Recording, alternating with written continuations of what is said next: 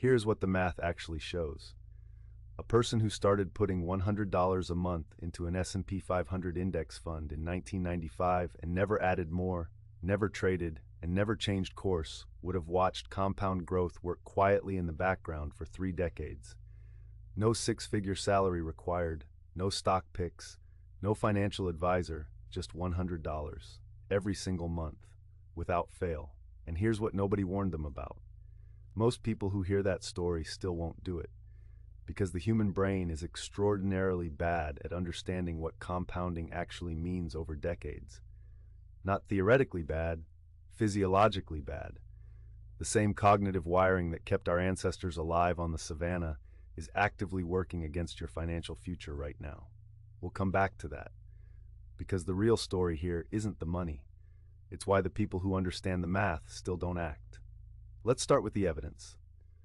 The S&P 500, the index tracking the 500 largest publicly traded companies in the United States, has delivered an average annual return of roughly 10% in nominal terms, going back to the late 1920s, based on long-run historical return data. That number has survived 2 world wars, the Great Depression, Black Monday, the dot-com collapse, the 2008 financial crisis, a global pandemic, 10%, averaged over nearly 100 years. Now feed that number into a basic compound interest calculation. $100 a month, 10% annual return, 30 years. The result lands in the range of $200,000 to $220,000, depending on compounding assumptions. But you only deposited $36,000 of your own money into an account, and it multiplied by 6. That is not a trick. That is not a loophole. That is documented, verifiable mathematical reality. And it has been available to ordinary working people since low-cost index funds became widely accessible in the 1980s, largely because of one man, John Bogle, founder of Vanguard. His idea that ordinary people could own the entire market at minimal cost through a passively managed index fund was met with fierce skepticism and resistance from an active fund management industry that earned billions in management fees. Bogle was right. The data has borne that out over decades. And then something changed. In the last decade, the barrier dropped even further. Fractional shares, zero commission trades, apps that round up your spare change and invest it automatically. The infrastructure now exists to make this process almost frictionless. You can set up an automatic monthly investment into a broad index fund in under 15 minutes. Today, right now. So why don't more people do it? This is the part nobody talks about. An observation that circulated widely in personal finance and was reported by multiple outlets citing Fidelity employees suggested that the best performing accounts over long periods often belonged to investors who had forgotten the accounts existed, or who had died and whose estates were never notified.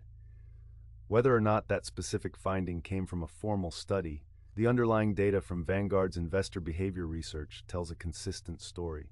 Accounts that sat completely untouched for 20, 30 years. Inaction. Beat. Strategy.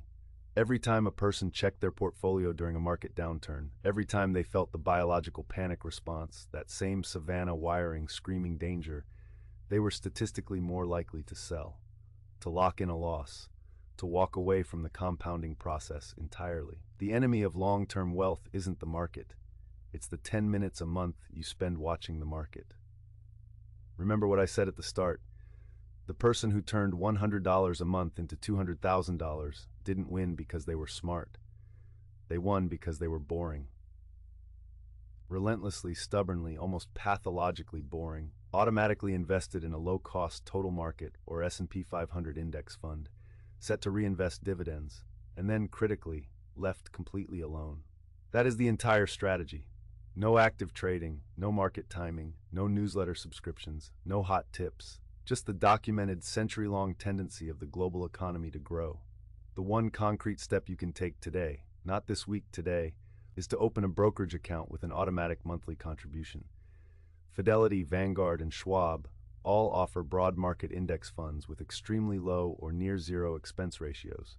Set the contribution, automate it, then close the app. Because the cruelest truth in personal finance isn't that people lack opportunity. It's that the opportunity has been sitting there, documented and accessible, for decades, and most people will finish watching this and still not start. So here's the question worth sitting with. If the math is this clear and the barrier is this low, what exactly is stopping you? This video is for educational and entertainment purposes only and does not constitute financial, legal, or investment advice. Always do your own research before making any financial decisions.